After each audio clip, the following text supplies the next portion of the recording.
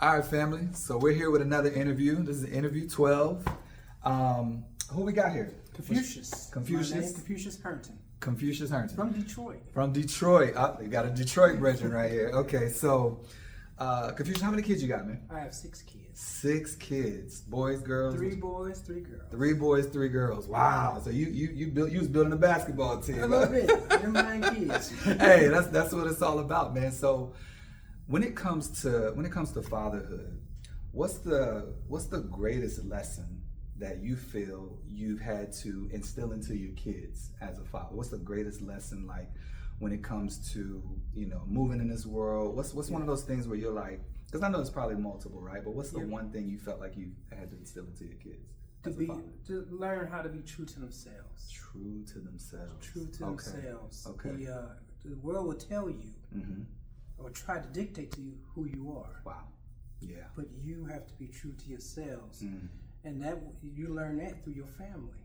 That's so true. Right? That's you learn so that true. who you are through your family. You That's are the true. representation of your family. Wow. That goes out into the world. Right? It goes out into the world.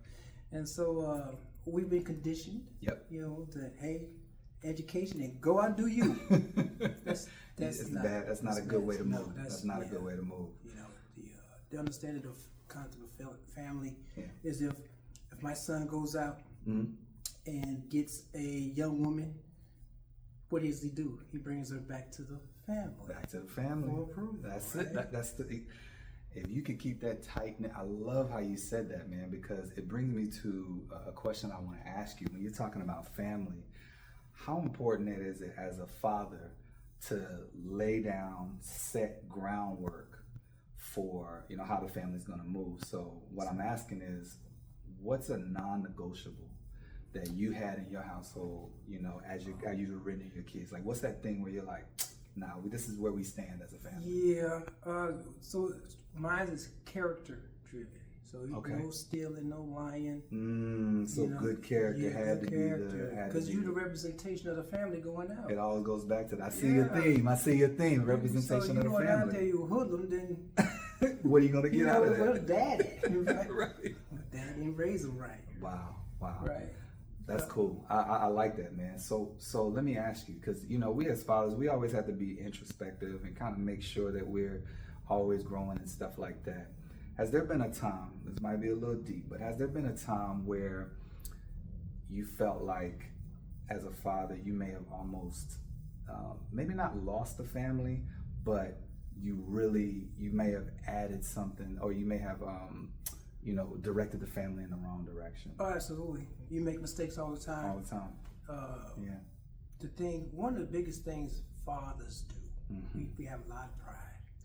That's their pride, yeah. We have a lot of pride. So meaning we're not going to a lot of times acknowledge our mistakes. The other part is learning how to ask for help. We don't ask for help, fathers. We'll figure it out, and I got it. Yeah. But I had someone tell me it's okay to ask for help with your family. Wow. And that was what I've learned. So try to teach my son it's okay to ask for help. You ain't got to go out there and put yourself on an island. I got to figure it out. Right. Come back to the family. Let's talk. Let's make sure that we are solving these things together. 100%. Solving these things together. That's what family's supposed to be doing. I love that. I love the theme, man, because I believe that for me, the biggest reason why I'm even doing these interviews with these fathers and stuff like that is I want to make sure that I believe that if you build strong fathers, you build strong families. If you build strong families, you have strong communities.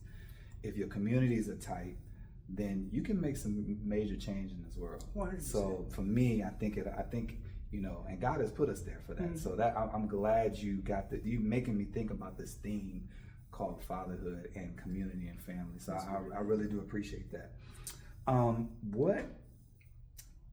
How have you had to handle anger in the home? Like whether it's anger from you, anger from the kids, anger from the mom, anger from their mother, anything like that. How have you had to handle or manage anger in the home? With patience. Okay. Humility. Right? Okay. You can get too angry. Okay. And sometimes it ain't really always the kid's fault. Maybe it's my misstep. Right. Right. Maybe it's half and half. Okay. Right. So those are the things, because the father in the house, what I've learned it to be, we are the stabilization. Yeah. And we are the standard of whether it's God's truth, but we are that standard. We are that standard bearer. We're standard bearer. Right. So that's the representation I always wanted the kids to see. Right. And understand of me is he's a standard bearer. If you disrespectful, you're gonna see what it is. 100%, because you are the standard bearer, or we are the standard bearer for that. And that's the stability that we give to our family. You understand how to run a character. Right. And this is who we are. You come to me, that's one of the reasons they play us against each other. Mom and dad, right? I'm the standard. You don't want to go to dad. Go to mom. They get the right answer. You come to me. Right. I'm going to correct that right. Boop, boop.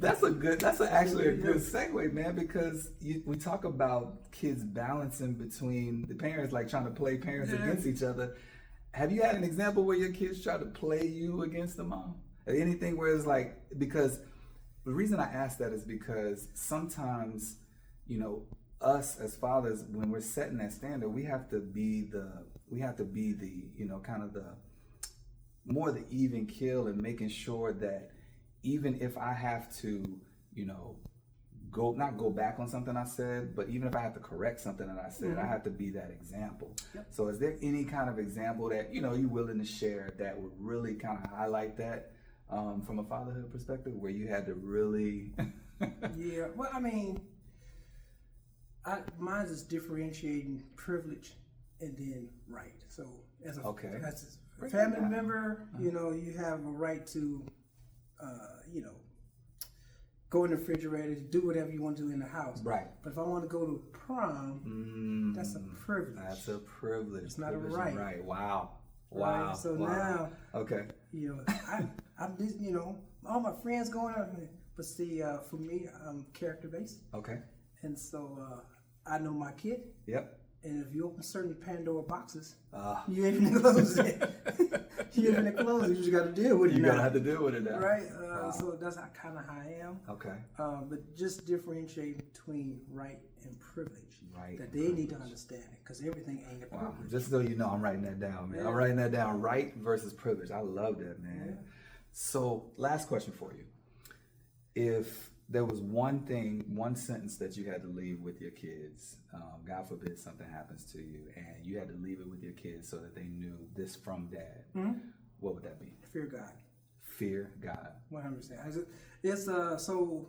You said that without hesitation. Why how'd you say that without hesitation? Because it's I like artwork and stuff, so it's like a little house signs you put in your house. Yeah. So it's the family rules. Okay. And be kind, pay with hugs and kisses and all this. Okay. But it didn't have fear God. And so I would have my son read the family rules. Right. But the first one is fear God. Then everything else can kind of go into that. Wow, because that creates it. Wow, fear God. Man, I appreciate that. That was powerful. I learned a lot just from talking with you, man. I appreciate you taking the time, brother. Yes, sir. Appreciate it. Listen, y'all, this is that next interview, and we'll see y'all later. All right.